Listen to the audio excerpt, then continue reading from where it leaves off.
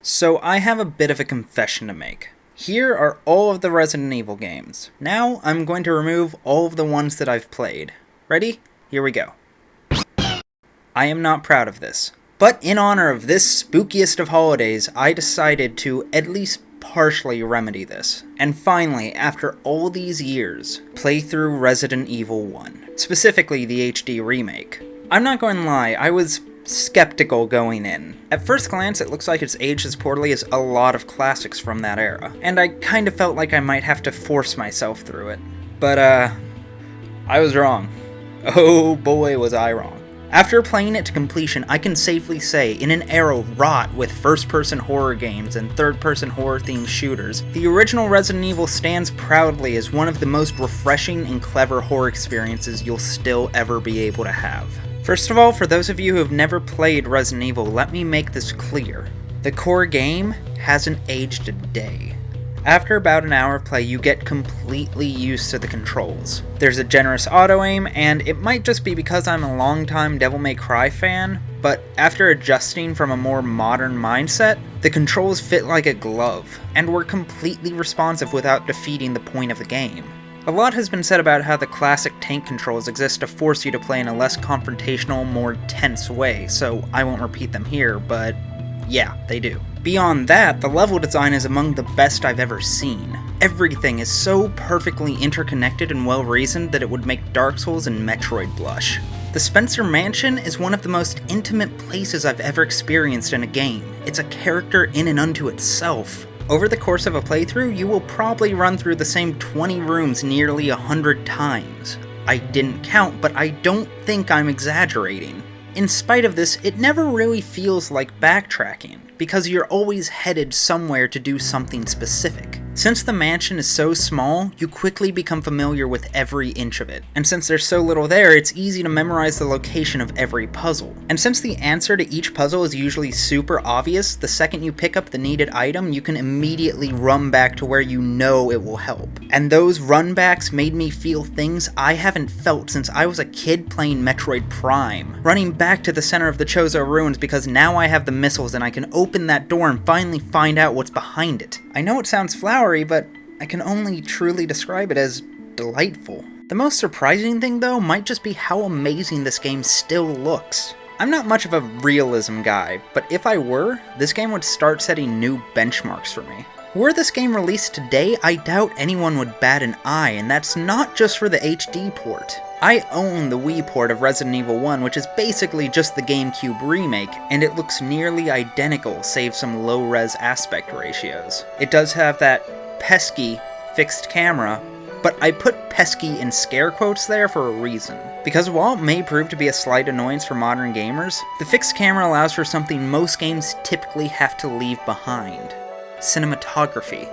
The irony is palpable. In an era where games strive to be more and more cinematic, they've left the one technique on the table that can truly pull it off. And don't get me wrong, there are games out there with non-fixed cameras that manage to have brilliant cinematography. But RE1 is a game that would be decidedly less if it didn't use the camera that it did. The camera feels hostile towards you, not in terms of usability, but in terms of what it chooses to frame. Perhaps the clearest example I can think of is this shot right here. The first time I came to this shot, I stopped, backed up, and went and saved.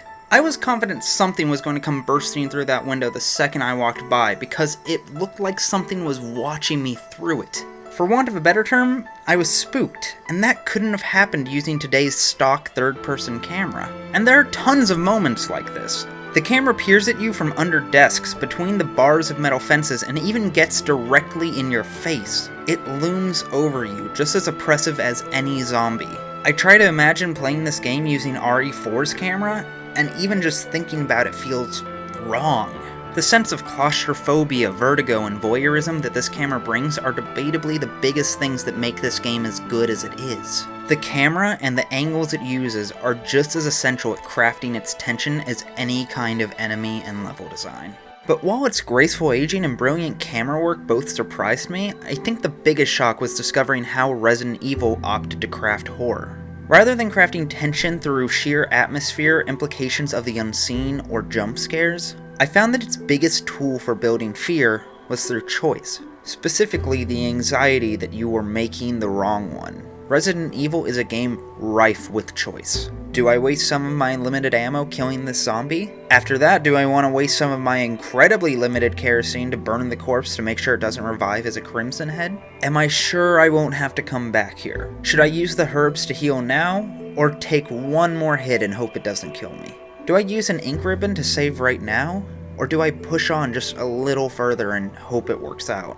Questions like these will plague you all throughout any given playthrough of Resident Evil, and all of them lend to uncertainty. It's that personal kind of uncertainty as to whether or not you're making the right choice that leaves a knot in your stomach. It's the kind of uncertainty you feel when you see something you really want on sale for $20, but you only have $25 in your bank account. You could technically buy it, and you know you get paid in 4 days, but if you need to get rice anytime this week, you'll be essentially screwed. Do you risk buying it? You don't have a good choice here. You have one bad choice and one worse choice, and you're not sure which is which. It's that same kind of risk-punishment setup that leads to Resident Evil's strongest moments of anxiety, and I struggle to think of any game I've ever played that manages to use this dichotomy so well. This game isn't perfect. The UI is a little unwieldy, the game can lack logical consistency, and it has no way to persistently relieve tension, which makes it one of the most emotionally exhausting games I've ever played.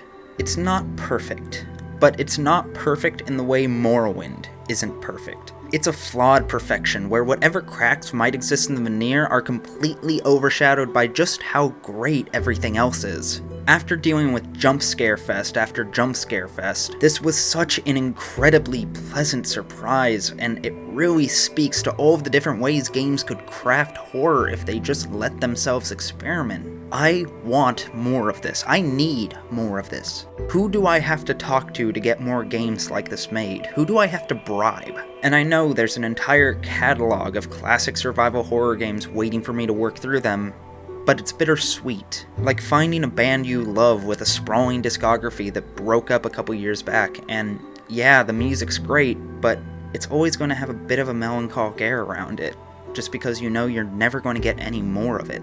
Sure, there are bands that have taken that sound and built something great out of it, but it just lacks that same magic. I hate to say it, but the fact of the matter is that they, quite literally, just don't make them like they used to.